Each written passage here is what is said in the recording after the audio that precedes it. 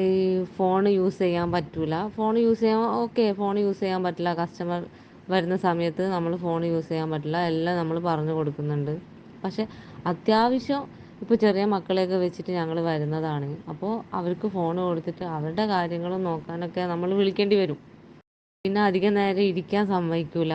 ഇപ്പോൾ കസ്റ്റമർ വല്ലപ്പോഴൊക്കെ വരുന്നത്, അപ്പോൾ ഇരിക്കാൻ സമ്മതിക്കില്ല. അതിൻ്റെ പല പല ബുദ്ധിമുട്ടുകൾ ഇന്നും ഇപ്പോൾ ലൈംഗികപരമായിട്ടുള്ള പീഡനങ്ങളെക്കാട്ടി കൂടുതൽ ഞാൻ പറയുന്നത് ഇങ്ങനെയുള്ള ഷോപ്പുകളിൽ ഒരുപാട് സ്ത്രീകൾ. കാരണം വീട്ടിൽ പറഞ്ഞാൽ ഇതേപോലെ ഇത് വീട്ടിൽ പറഞ്ഞാൽ ഇനിയൊരു ജോലി കിട്ടുമോ, അപ്പോൾ വീട്ടിൽ പറഞ്ഞാൽ ഇനി ജോലിക്ക് വിടുമോ, വീട്ടിലെ കഷ്ടപ്പാട്, കുട്ടികളെ പഠിപ്പിക്കണം. രാത്രി 8-8:30 ആകുമ്പോഴാണ് വീട്ടിലേക്ക് കയറി വരുന്നത്. രാവിലെ നേരത്തെ എണീച്ച് ജോലി കഴിഞ്ഞ് മക്കളെ സ്കൂളിൽ വിട്ട് ഭർത്താവിനെ വിട്ട് ജോലി സ്ഥലത്തേക്ക് എത്തുമ്പോഴേക്ക് ഇവരുടെ ഈ എന്താ പറയുക, വളരെ മൃഗീയമായിട്ടുള്ള സ്വഭാവം തന്നെ പറയാം, ഇതാണ് കാണിക്കുന്നത്. ഞങ്ങൾക്കും കുടുംബങ്ങളുണ്ട്, ഞങ്ങൾക്കും ആഘോഷങ്ങളുണ്ട്. നൊമ്പരപ്പെടുത്തുന്ന മാനസിക പീഡനങ്ങളുടെ കെട്ടഴിച്ച് സെയിൽസ് ഗേളുകളും കമ്പനി പ്രൊമോട്ടർമാരും.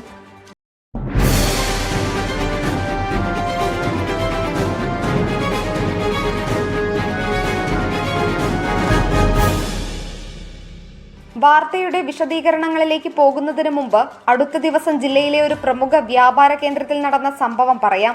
വിശേഷ ദിവസത്തിന് തലേ ദിവസമാണ് പിതാവിനെ അത്യാസന്ന നിലയിൽ ICUവിൽ പ്രവേശിപ്പിച്ചതെന്നും എന്ത് പറഞ്ഞിട്ടും മാനേജറോ കടയുടമയോ വിടുന്നില്ല. പിതാവ് ICUവിലാണെന്ന് അറിഞ്ഞ് ആ കുട്ടി ആകെ തളർന്നു. പക്ഷേ കടയിലെ തിരക്കായിരുന്നു മുതലാളിക്ക് പ്രധാനം. ജോലിസ്ഥലത്ത് പീഡനമെന്നത് സ്ത്രീകൾക്ക് സിനിമയിൽ മാത്രമല്ല, എല്ലാ തൊഴിലിടങ്ങളിലും അതിൻ്റെതായ രീതിയിലും അളവിലും നടക്കുന്നു എന്നത് വസ്തുതയാണ്. ഷോപ്പുകളിലെ സെയിൽസ് ഗേളുകളായും സെയിൽസ് പ്രൊമോട്ടർമാരായും ജോലി നോക്കുന്നവർ പലതരത്തിലും പല പീഡനങ്ങളും അനുഭവിക്കുന്നവരാണ്. ജോലിയെ പ്രതികൂലമായി ബാധിക്കുമെന്ന ഭയം കൊണ്ടോ ഭർത്താവോ കുടുംബമോ അറിഞ്ഞ് കൂടുതൽ പ്രശ്നങ്ങൾ ഉണ്ടാകേണ്ട എന്ന് കരുതിയോ മൗനം പാലിക്കുകയാണ് പലരും.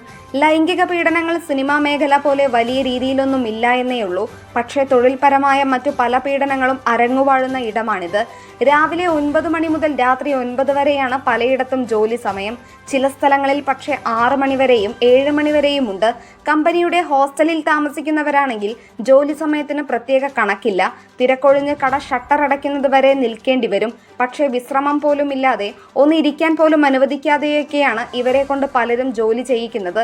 ദീർഘസമയം നിൽക്കുന്നത് കൊണ്ടോ അതുമായി ബന്ധപ്പെട്ടോ വരുന്ന പല രോഗങ്ങളും ഇവർക്ക് വളരെ പെട്ടെന്ന് വരുന്നു എന്ന് മാത്രമല്ല, വലിയൊരു സംഖ്യ ഇതിന്റെ ചികിത്സയ്ക്കായും മറ്റും ചെലവഴിക്കേണ്ടി വരികയും ചെയ്യുന്നു. അതിലേക്കായി മിക്ക കമ്പനികളോ കടയുടമയോ പ്രത്യേകിച്ച് ഒന്നും പ്രത്യേകം നൽകാറുമില്ല. സൂപ്പർ മാർക്കറ്റുകളിൽ കമ്പനികളുടെ പ്രൊമോട്ടർമാരായി ജോലി ചെയ്യുന്നവരുടെ അവസ്ഥയും പരിതാപകരമാണ്.